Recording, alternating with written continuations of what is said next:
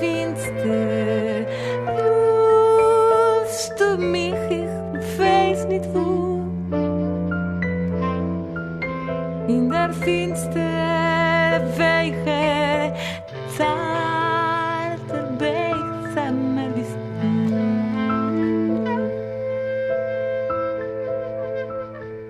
In der finste bist du.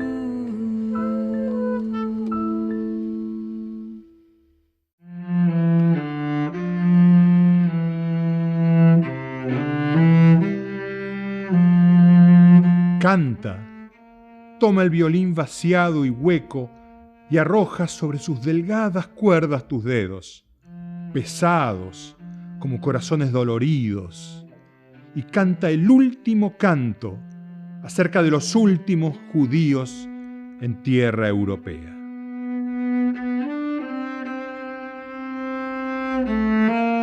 Como yo, desvalido, hubiese alzado pesadamente la cabeza, mirando perturbado el lejano cielo gris y la desolación de alrededor, y pesadamente hubiese dejado caer su cabeza de nuevo, caer como una piedra profundamente inclinada hacia el suelo y muda.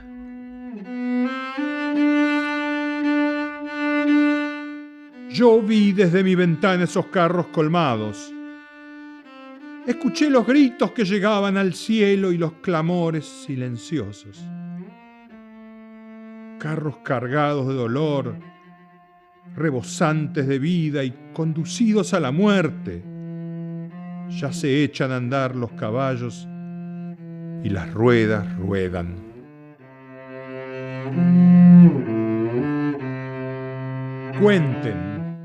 Cuenten. Si no, voy a ser yo quien cuente. Sí, yo voy a contar y llorar a un tiempo. Ataúdes, mudos ataúdes, yo voy a contarles. ¿Saben acaso cómo de 6.000 se llegó a 10.000 judíos diarios?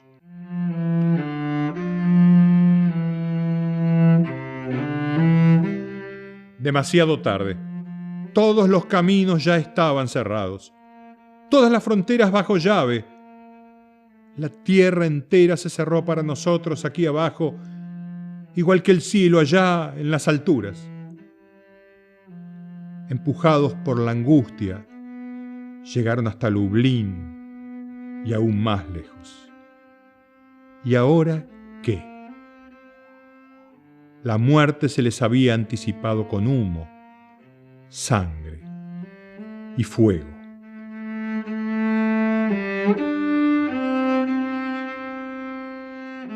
Es el final.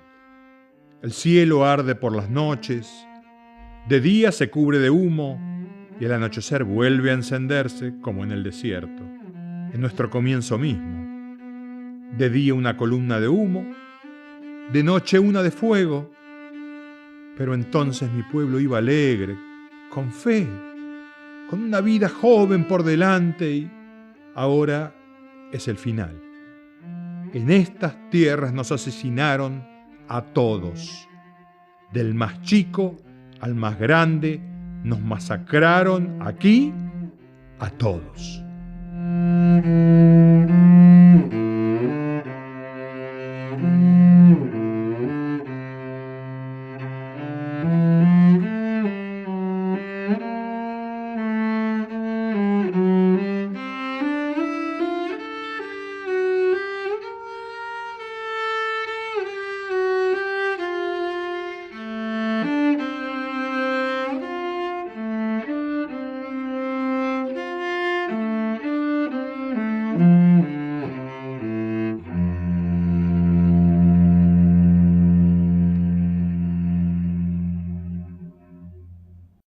Cuando me preguntan por qué con arte relato toda la historia de mis padres, que también es mi historia, obviamente, a veces creo que todo esto me nace por haber crecido sin imágenes Mi hermana y yo somos hijas de padres, los dos sobrevivientes de Auschwitz, mi papá Aarón, polaco, mi mamá Agui, húngara. Y en mi casa no había fotos, no había nada viejo. Yo a veces envidiaba a alguna compañera del colegio que traía una puntilla, botones de la abuela, algún traje viejo, y en casa nada había anterior a mis padres. Esto hizo, creo, en mí, el deseo, la necesidad de varias cosas. Por un lado, de la memoria, recuperar la historia. Y por otro lado, la necesidad de perdurabilidad de la materia. Para mí en mis obras es muy importante la durabilidad de lo que hago. Necesito que las obras me sobrevivan para que den testimonio. A través de una aguja, de una misma herramienta, recibí simultáneamente dos herencias que me constituyen profundamente. Por un lado, en mi casa materna-paterna, al ser mi mamá húngara, todo estaba bordado, lleno de bordados, de tejidos, mucho gusto por el ornamento, por lo bello, por el adorno. Siempre hizo tapiz y bordó muchísimo, y mi abuela, quien nunca conocí, también bordaba. Y también a través de una aguja crecí con la horrible sensación del tatuaje que recibieron mis padres. Crecí abrazada por brazos numerados. Y esto también me marcó absolutamente, y cuando yo era muy chiquita le pregunté una vez a mi mamá, ¿para qué tenés eso? Y me contestó, para no olvidarme. Una vez antes de inaugurar acá en Buenos Aires un proyecto que se llamó La piel de la memoria, el día anterior me agarró mucha angustia y le dije a mi mamá, mamá, decime la verdad, si vos te sentís incómoda, porque aparecía la fotografía de mi mamá, ¿no te hace mal? Y me dijo, ay Mirta, qué inocente que sos, mirá si a mí me puede hacer mal esto, el mal ya me lo hicieron, la realidad fue mala, no esto. Y creo que el arte, los relatos, la literatura, el cine, las artes visuales y demás, al ser una metáfora a través de lo bello decir lo feo, permite que muchísima gente pueda acercarse.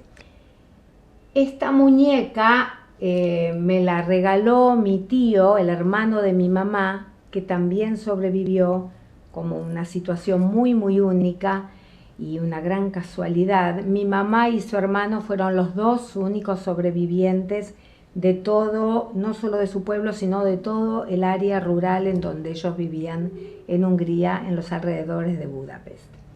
Después de muchos años, cuando ellos se enteraron que habían sobrevivido los dos, mi tío quedó viviendo en Budapest y mi mamá terminó viviendo en la Argentina, que es donde yo nací. Mis padres pudieron juntar el dinero y viajaron a Europa a reencontrarse con la familia que había sobrevivido. En el aeropuerto mi tío nos regaló una muñeca a mi hermana y otra a mí. Esta muñeca es la que me sobrevivió a mí, pero yo la uso en mis obras como el símbolo de la supervivencia. Quise establecer una comparación y una confrontación entre lo que es un tatuaje ornamental contemporáneo y lo que significa un tatuaje perpetrado en Auschwitz. Obviamente a mí no me es indiferente ver un tatuaje nunca, debo decir que me causa cierta impresión, justamente porque estoy profundamente marcada por dentro por los números en los brazos de mis padres. Al entrar a la exposición era una instalación performance, video instalación performance. Uno se encontraba con un tatuador profesional en una mesa haciendo tatuajes ornamentales. Eran tatuajes efímeros, duraban solamente una semana. La gente que asistía a la exposición decía, ay, yo quiero, y hacían una cola. Pero a algunas personas les tocaba, en lugar de un ornamento, un número. El tatuador respondía a una orden, obviamente arbitraria, que yo le había dado. Yo le había dicho simplemente que cada persona que tuviera algo rojo en su vestimenta, en vez de un ornamento, del ornamento que eligiera, recibiría un número. La gente primero decía, pero ¿y por qué? ¿Por qué? Entonces él decía, yo recibo órdenes. Pero después de un rato se daban cuenta que todos pertenecían a un grupo. Es decir, todos se daban cuenta que estaban vestidos de rojo. Mientras todo esto acontecía, había un murmullo constante en la habitación de testimonios, tanto de gente que eligió tatuar su cuerpo, sintiendo que con eso agregaban un detalle único a su identidad, y contrapuesto en el sonido, a los testimonios de aquellos sobrevivientes que relataban su experiencia con los tatuajes, en donde sentían que perdieron identidad por ese tatuaje, convirtiéndose simplemente en un número. Y bueno, en esto realmente queda explícita la gran diferencia entre lo que es el tatuaje del placer y el tatuaje del horror. Creo que esto de llevar mis padres en la piel y yo, voy a llorar, en la memoria, la piel de la memoria. Und jedes Wort vor dem Sturm sich erschlang, und zwischen die Schlangen ein finster Gesang, was klingt ob mit Sam auf der Mäuer von Stein. Allein ist allein, wirst nicht lachen, vor dem ist gewesen.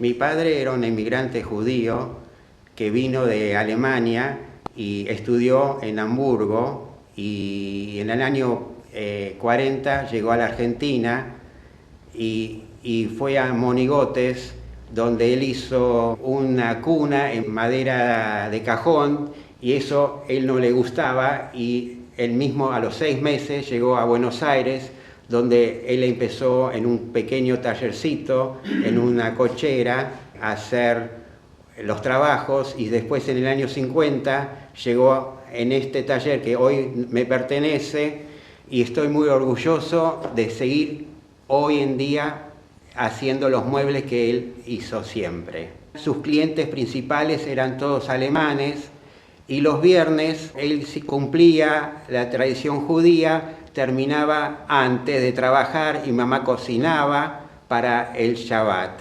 Se levantaba a las 5:30 de la mañana y ya enseguida empezaba a trabajar. A las 6:30 se ponía los tefilim en la casa. La carpintería era toda su vida. En Dachau, en Alemania, cuando lo llevaron, lo usaron como carpintero. Hizo las columnas de los hormigones armados.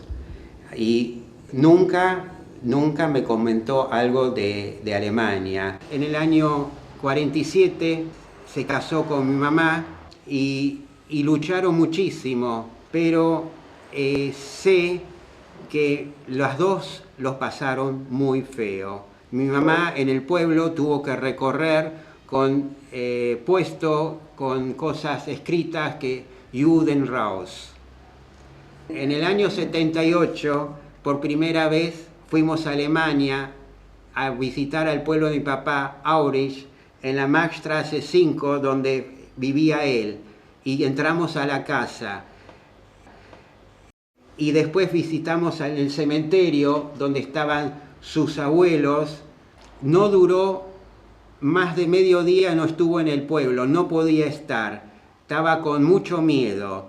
Al otro día visitamos el pueblo de mi mamá, cerca de Frankfurt, se llamaba el pueblo Klein-Klotzenburg, y nos pasó lo mismo, no quería saber nunca más nada de Alemania. En el año 92 fue invitado mi papá por primera vez de Aurich.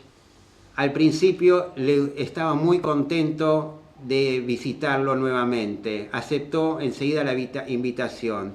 Cuando mi papá estuvo adelante de su casa, una señora, hija de un nazi, reconoció con una foto, demostró que ella era compañera de mi papá. Y mi papá enseguida preguntó por el padre y le dijo que tu papá me llevó a Dachau, y ella contestó que yo no tengo nada que ver lo que él hizo. Yo hoy entrego esta foto, el recuerdo y asumo las disculpas. Y aparte entrega esto que le pertenecía a la familia David Wolf, que tenía un negocio de ropa, y ella lo que quiso devolver a la familia, para que la familia tenga su recuerdo. En el año 2003, el pueblo de Aurich nuevamente invitó a todos los judíos para un reencuentro, y lamentablemente mi papá no pudo ir y me invitaron a mí. Fue un encuentro por los 310 muertos en Aurich, que hicieron un monumento. Después de 60 años, la mente de mi padre tuvo una regresión. Una noche, mi papá se levanta de repente y le dice a mi mamá: "Komm, Hilde, die Nazis kommen. Die sind hier im Haus schon. Komm, wir müssen springen." Y abre la puerta y va corriendo acá hacia el balcón, a esta posición, y se suben a este macetero. Hasta hoy en día no comprendo, y se pelea en ese momento con mi madre porque la quería llevar, y mamá a lo último se desprende de él para que ella no caiga, y él se tira. Y por los gritos de mi mamá con mi papá, los vecinos salen y ven que mi papá solo se sienta en esta pared y habla con la gente y pregunta que mi mamá no saltó. ¿Qué pasa que no salta? En ese momento llego yo con mi señora y le pregunto: "Papá, ¿qué te pasó?". "No, los nazis nos persiguieron, hay que salir de acá". Y en ese momento no tuvo ni una lesión, fue revisado, pero en muy poco tiempo tuvo sus problemas neurológicos, que tuvo postrado 5 años y más tarde fallece.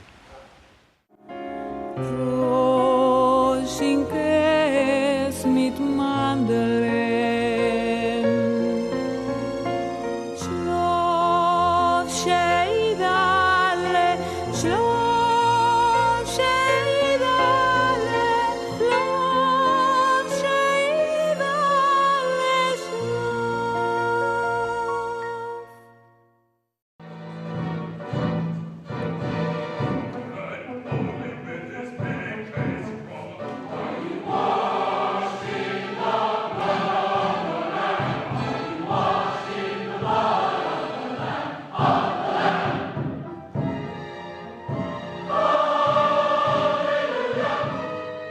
Yo de chico crecí sabiendo que me encantaba la música, y especialmente con mis abuelos, tanto los paternos como mis abuelos maternos y los papás de mi papá. Yo crecí con mucha leyenda de que ellos amaban la música, y yo de hecho heredé de ellos un paquete con los programas de Berlín. Ellos iban todas las noches a escuchar concierto y ópera, todas las noches en los años 20. Yo cuando los iba a visitar de chico, ya sea acá o en Mendoza, donde vivían, o en Israel, cuando vivíamos todos allá, el ritual a la tarde era que mi abuela jugaba al solitario y mi abuelo ponía música. Ponía Chopin, ponía Wagner, ponía Beethoven. Él ponía Wagner y decía: "Shh, no le digas a nadie". Adoro muchos diferentes tipos de música, pero el lugar donde más me siento cómodo es la música alemana, germana. O sea, no es sorprendente, porque es un modo de pensar que también se puede haber heredado entre las palabras, pero sí genera una ambigüedad, una dicotomía, una paradoja, y la búsqueda es constante, digamos, de resolver esa paradoja.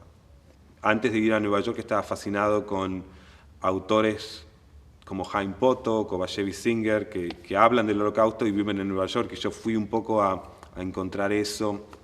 Lo que es muy interesante, principalmente desde que estoy en Nueva York, es que muchos de los conciertos que yo hago que tienen que ver con la Shoah son cosas que yo no programo, sino que me llaman a mí. En algunos casos porque conocen mi historia, y en muchos casos de casualidad. Y eso es medio fascinante porque no creo que sea una casualidad, sino es algo de la energía que se va buscando y se va encontrando. Yo me fui de la Argentina en el 2001 y desde el 2001 que estamos con mi esposa en Nueva York. Tenemos un hijito de 7 años que se llama Lev. Y estando en Nueva York, yo tenía mucho la ilusión de encontrar algo de la judeidad en mí o de la judeidad en Nueva York, y fue muy interesante que fue al revés, fue una oportunidad de conocer lo diferente y de la diversidad que hay en Nueva York. Pero sí, una cosa muy curiosa, que hice muchos conciertos que tienen que ver con la temática del Holocausto y la celebración de la vida de los que sobrevivieron, la celebración de aquellos que se murieron y el recuerdo. Un proyecto muy largo que hice también fue de casualidad, que con un cantante de ópera un día me dice, hay un médico que vive cerca del Lincoln Center que hace unos soirées. Y un clarinetista había tocado, no me acuerdo qué, se llama Gilad Harel.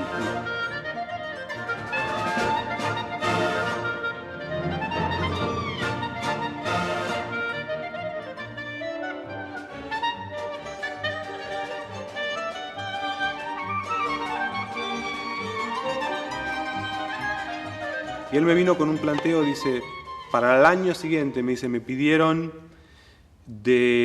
creo que de Atlanta, le habían pedido hacer un concierto para Yom HaShoah.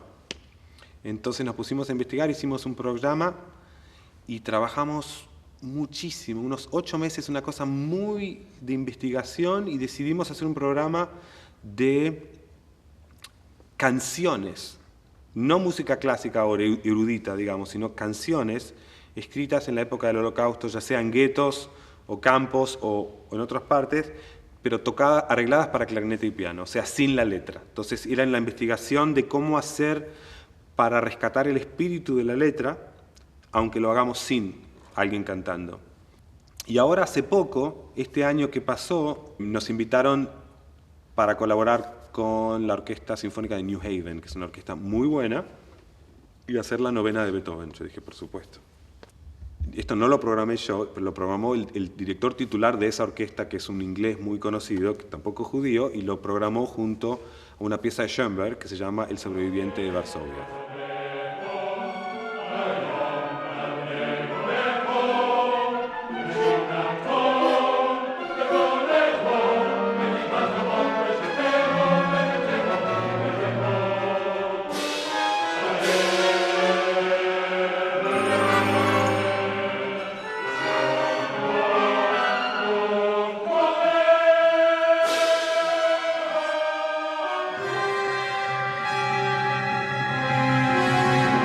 Pieza que Schoenberg compuso en el año 47, muy densa, muy difícil, muy maravillosa, muy maravillosa, donde él un poco que mezcla diferentes historias y hace una cosa que es como un relato en primera persona de alguien que está viviendo el asesinato masivo de un grupo de hombres. Él que perdió toda su familia, o mucha parte de su familia, en los campos, que pasó tanta mala sangre en los años 1910, 1920, en Viena y en Berlín, de repente en la lujuria de su hermosa casa en Beverly Hills, mirando y leyendo lo que había pasado y escribió esta pieza, y yo creo que lo que él intuyó, y es lo que a mí me gusta y lo que a mí me gusta rescatar, y el lugar donde yo me pongo como intérprete, es que el espíritu no se vence. A mí me encanta Wagner, porque a mis abuelos les encantaba Wagner, y yo es como no lo puedo evitar, es una música maravillosa, es complejo. Me cuesta mucho tocar Lehar, que en Israel se toca todo el tiempo, porque yo crecí con mis abuelos diciéndome, Lehar iba con las 2 manos arriba, no con una. Y yo sé por la historia de que La Viuda Alegre era la ópera favorita de Hitler, a pesar de que fue escrita por 2 judíos, los libretistas simplemente no aparecían en el póster.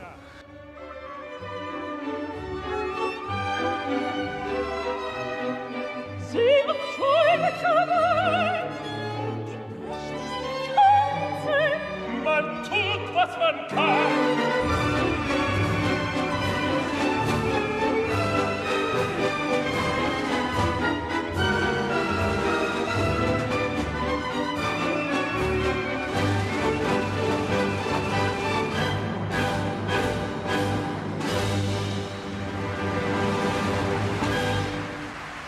yo me frunzo cada vez que tengo que tocar Lehár. Tuve que dirigir Carmina Burana, que es una obra espantosa. Parte de mi trabajo a veces lo tengo que hacer y no es fácil. No es fácil. A veces me pregunto cuánto hay de mi propia voluntad de hacer lo que hago y cuánto hay de pujas transgeneracionales que quieren salir. Cada vez más yo estoy convencido de que lo que yo hago no es simplemente hacer música linda, sino es darle un sentido a la cosa blanca que hay alrededor de los puntitos negros en la partitura, de encontrar ese Geist, y que para mí el hecho de yo estar haciendo música es el triunfo del espíritu en un punto, y hacer esta música.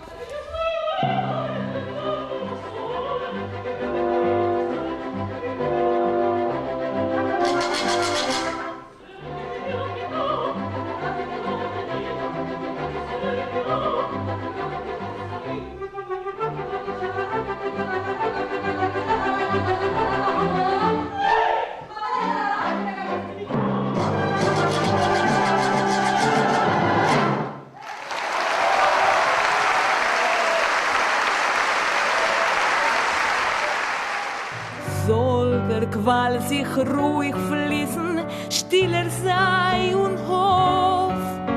Mit der Freiheit kommt der Tate Schlaf, schick in mein Schlaf. Wie die Wilje aber freite, wie die Bäume grün beneite, leicht bald Freiheitslicht. Auf dein Gesicht.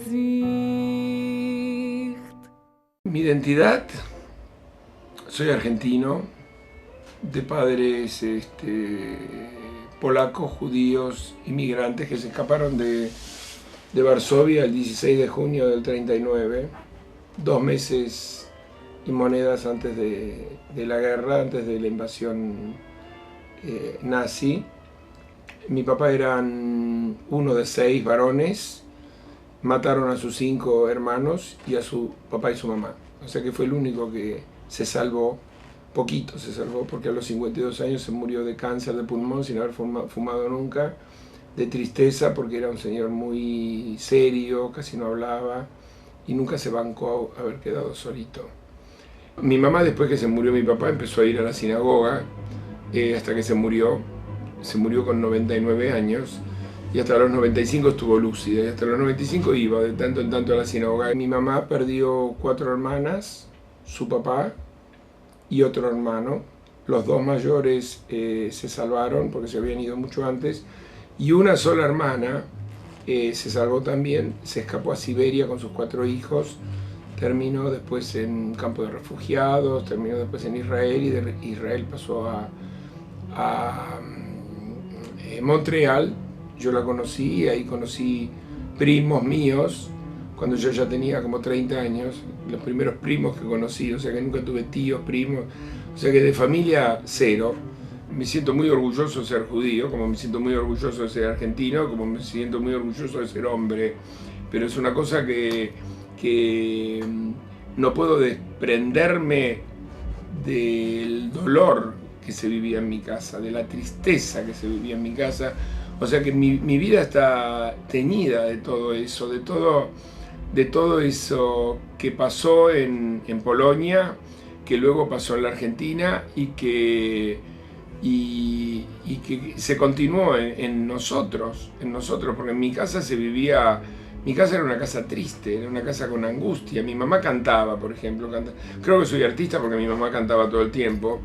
Y de alguna manera cantaba muy bien, y de alguna manera a veces pienso como que había perdido la razón en cierto sentido, como de negar cosas, pero no es así, sino que era su necesidad de formar una nueva familia. Mi hermana nació en el 40, yo nací en el 46, y que nosotros dos fuimos como la América que ellos estaban buscando. Nuestra infancia, la de mi hermana y la mía, fueron muy tristes por no tener familia, no tener absolutamente a nadie. Todo eso está mezclado en mis obras están teñidas de todo ese dolor. Yo hace poco hice una obra nueva, hará 2 meses en San Pablo, que se llama Litoral, y es una obra con música de litoral, de misionera, y es la primera vez que hago una obra con humor. Yo tengo hecha más de 50 obras, soy una persona con mucho humor, y que siempre le veo un costado cómico a las cosas, y me río solo, yo nunca me aburro. Pero es la primera vez que en danza meto humor y que la gente se ríe viendo un espectáculo mío de danza, cuando para mí lo más fuerte y no digo lo más fácil porque no es nada fácil hacer Ana Frank, pero donde yo más me siento identificado es haciendo una obra dramática, ya sea Medea, ya sea Un tranvía llamado Deseo, sea Ana Frank, donde estoy tomando una temática judía. Pero yo creo que en todas mis obras hay una temática judía, porque vivo de esta manera. En la película en 18J, en la película que me tocó hacer y de la cual me siento muy contento de haber tenido esa oportunidad, también es como que empieza con ropa tirada en el piso y como que los personajes van apareciendo de esas ropas y al final termina una mujer sola con toda la ropa que se está yendo como para el cielo y ella mirando para arriba y va cayendo arena, se queda con arena, no se queda sin nada, como que el vacío que pudieron haber sentido mis padres de llegar acá y haber perdido a toda su familia. No era época de internet, no era época ni de faxes, no era época ni de hablar por teléfono. O sea que la gente que se iba de Polonia, que se iba de España, que se iba de Italia, se iba de China, se iba de Siria, de Líbano, de donde sea, se iba para no volver a ver más a su familia. O sea que eso es un poco lo que representa esa ropa que se va para el cielo, son esas almas que estuvieron unidas a uno y que ya no están.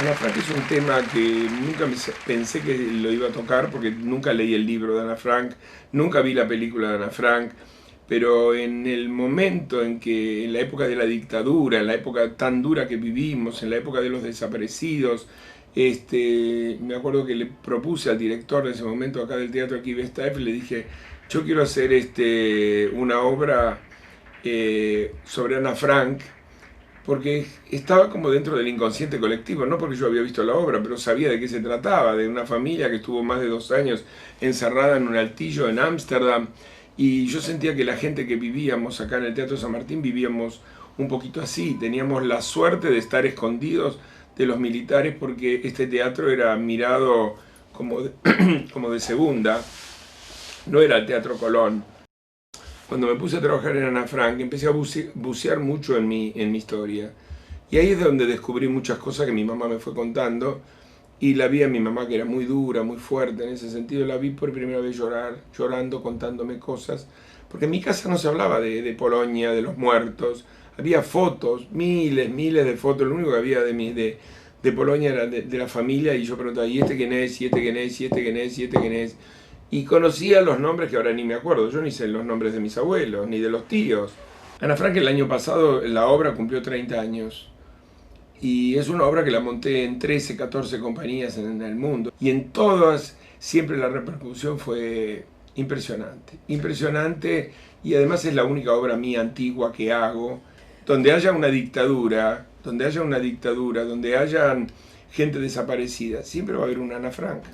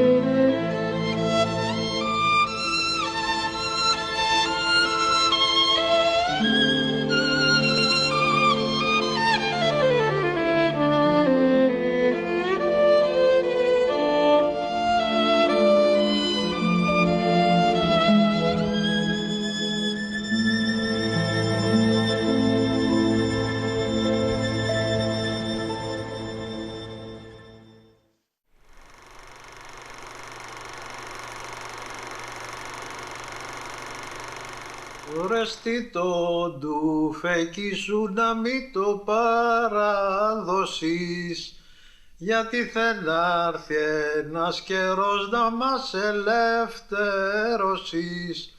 Γεια σου Ορέστη, γεια σου, να χαρείς τη λεβέντια σου. Γεια σου Ορέστη, γεια σου, να χαρείς τη λεβέντια σου. Los sefaradíes padecieron la Shoah y con una pérdida casi del 90% de su población. 300.000 sefaradíes fueron deportados a los campos, muchos de ellos sin reconocer, en general la mayoría, sin reconocer que la presencia de los askenazí en los mismos campos de concentración eran judíos, tan judíos como ellos. Así sucedió también con los Ashkenazíes, que no reconocían en la presencia de los sefaradíes por hablar el judío español que fueran también tan judíos como ellos. Las dificultades con la lengua eran muy notorias, muy difícil, porque debían de conocer en principio el número en alemán que tenían grabados en sus brazos. Esto para ellos fue un esfuerzo enorme y le costó la vida a más de uno, porque ante el llamado de los capitanes para dar su presente, muchos no entendían y tuvieron que soportar el castigo por no responder a estas preguntas y a estos requerimientos que los capos de los campos solicitaban de los sefaradíes, que ignoraban absolutamente el alemán. Solche Murmel von dem Meer herein zu mir in Lied.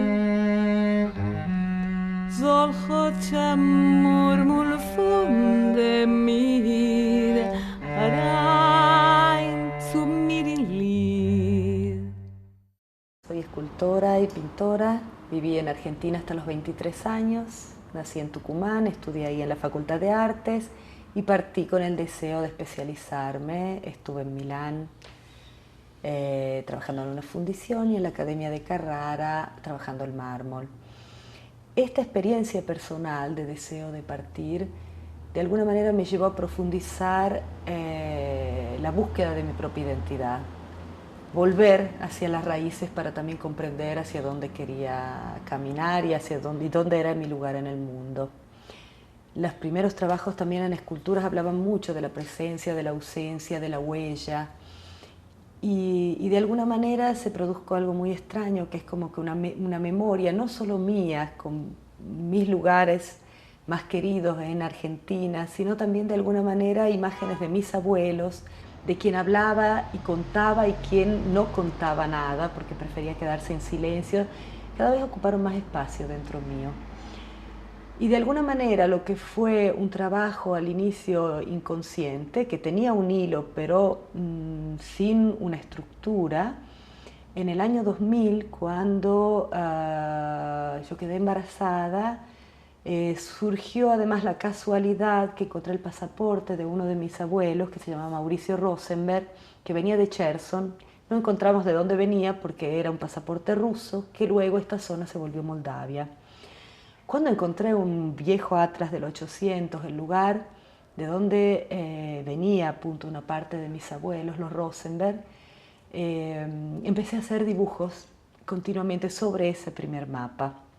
Era un lugar además donde había habido persecuciones y un pogrom muy terrible. Este dibujo, se volvieron más dibujos, se volvió un trabajo más estructurado, más importante, que se concretó en una muestra en el 2000, que lo dediqué a mis abuelos, a Sara, Simón, Rosita y Abraham. Y me surgió la posibilidad de tener un fondo muy grande que venía de una escuela con grandes mapas originales, que así como el mundo cambia tanto, estos mapas prácticamente venían desechados en una mudanza. Así que me encontré con un fondo muy importante de mapas de 2 metros por 1,50 metros, que los tuve colgados durante mucho tiempo y generó un proyecto, un trabajo muy importante que todavía hoy se sigue transformando y sigue viajando por el mundo, porque los mapas se enrollan y me permite exponer en grandes museos, en galerías privadas, con una posibilidad, digamos, de transporte bastante simple. Cuando me encontré con estos mapas grandes, comencé a hacer este trabajo ya de manera muy consciente y muy motivada sobre esta dimensión de la búsqueda de la propia identidad y también del valorizar en la dimensión también de nuestro pueblo judío, del camino, de la búsqueda del propio territorio y de cuánto nos llevamos nosotros nuestros paisajes. Comencé a dibujar las figuras que caminaban sobre los mapas, un continuo caminar del judío errante. Y ese trabajo, como ocurre en general en arte, que uno puede continuar a trabajar sobre una temática, pero vas profundizando la forma, el lenguaje, me llevó a la necesidad en la primera exposición de crear figuras, personajes también escultóricos, presencias concretas. En ese momento empecé a madurar la imaginario, el simbolismo de cuánto los ríos podrían volverse arterias, las montañas podrían volverse músculos y viceversa, y se creó toda una dimensión imaginaria en el símbolo de mis figuras de esta geografía del cuerpo, en la cual yo cortaba pedacitos de mapas y reconstruía la propia geografía, como en el fondo continuamente construimos en nuestra vida nuestro propio camino. Pero yo sentí en todo esto que recuperé, además en una búsqueda mía de identidad de ser judía, que está en la dimensión de vivencia de nuestros abuelos, de nuestras historias, pero cada uno lo vive con sus propios tiempos. Y entonces ocurrió a través de mi trabajo que se creaba un hilo que cosía las historias, y a mi manera esta posibilidad de rendir homenaje y continuar con mi propia vivencia, pero también con mi trabajo artístico, lo que podría haber sido, y rendir homenaje además a la historia de mis propios abuelos. Nein, ist wieder so nicht schön, schmeckt prachtvoll als herum, und mir seinen Verbeinigte und leiden alle stumm. Abgeschnitten von der Welt, mit heuchem Mauern verstellt, ein Strahl von Hoffnung, der weckt sich keu.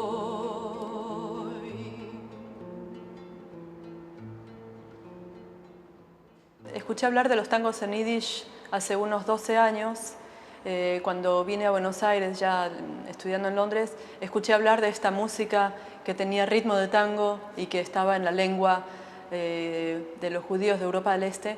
Y me tocó a mí por el lado de la identidad. Yo estaba lejos de mi casa, lejos de mi familia, y necesitaba un contexto, una pertenencia. Y por el yiddish descubrí una parte de mi propia historia que tenía que ver más con la lengua y con la cultura del yiddish que con el tango. Es decir, yo entré a esa música más por la lengua y por la significación de lo que quería decir para tantas generaciones de personas que lo hablaron y que fueron asesinadas.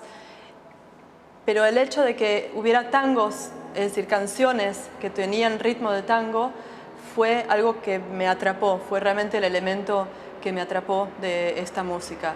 ¿Por qué hubo tangos en yiddish en los guetos?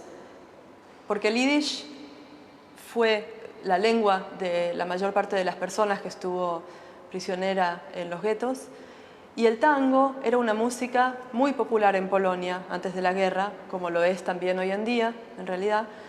Y había muchos músicos, yo diría la mayoría de los músicos involucrados en la música ligera en Polonia, que eran judíos, y algunos de ellos estaban en esa situación de bisagra, es decir, todavía escribían en yiddish y cantaban en yiddish, pero también estaban en contacto con lo que estaba a la moda, es decir, el jazz, la música ligera, el swing y el tango. A los alemanes les gustaba el tango porque lo habían escuchado en los cabarets de Berlín en los años 20.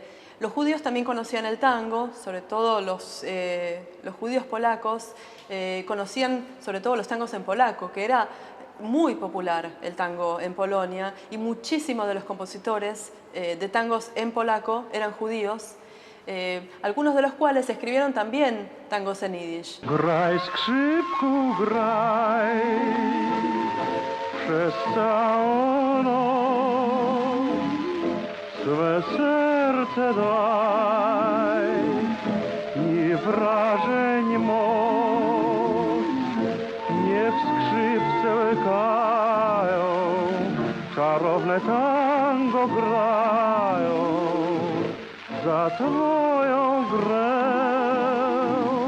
dam życie swe. Śmierke Kaczerginski, la persona que compiló las canciones que yo canto, fue partisano en los bosques de Vilna. Después de la guerra pudo escapar del gueto de Vilna y pudo compilar canciones escritas por distintas personas en diferentes guetos, incluso en ciertos campos de concentración. Pero esta canción la escribió él cuando todavía estaba en el gueto de Vilna. La escribió después de la muerte de su esposa Bárbara. Y él dice, es un día tan hermoso de primavera, los pajaritos cantan, es un día tan radiante. ¿Y cómo puede ser que vos no estés acá? Primavera, llévate mi tristeza y tráeme mi amor de vuelta. Sie sei der Frühlinger früh angekommen, zerbläht hat sich Bänkschaft nach dir. Ich seh dich wie Itter, Ballon mit Blumen, a freudiger Geister zu mir. Die Sonne hat vergossen dem Garten mit Strahlen, zerspritzt hat die Erde sich in Grün. Mein Teuer, mein Liebster, wo bist du verfahren? Du gehst nicht heraus von meinem Sinn. Frühling, nimm zu mein Treue und bring mein Liebsten zu mir. Frühling, auf deine Flügel bläue und nimm mein Herz mit und gib es auf mein Glück. Frühling, auf deine Flügel bläue und nimm mein Herz mit und gib es auf mein Glück.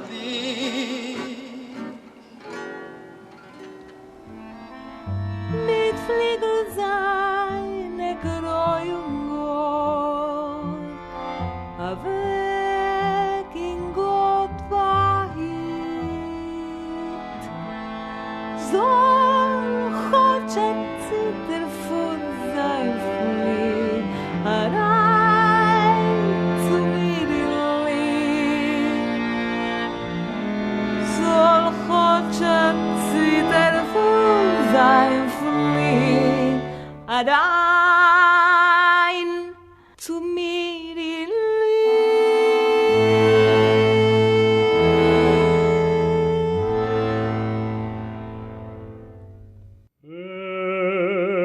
מלא רחמים, שייכת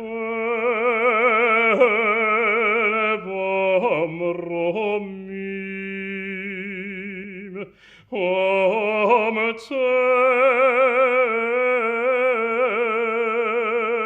מנוחה נכונה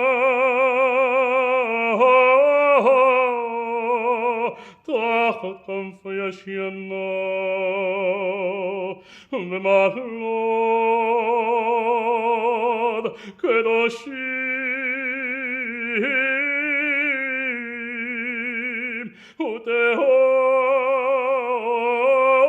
וטהורים כשער רק יום הזעירים את נשמות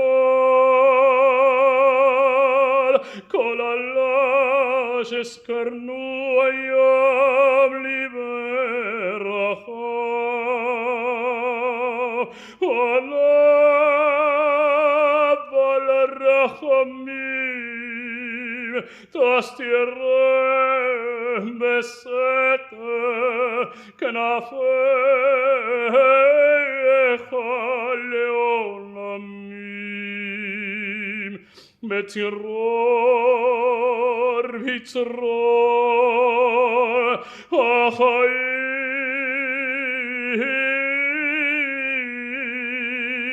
את נשמותיהם וינוחו על משכבותם ושוב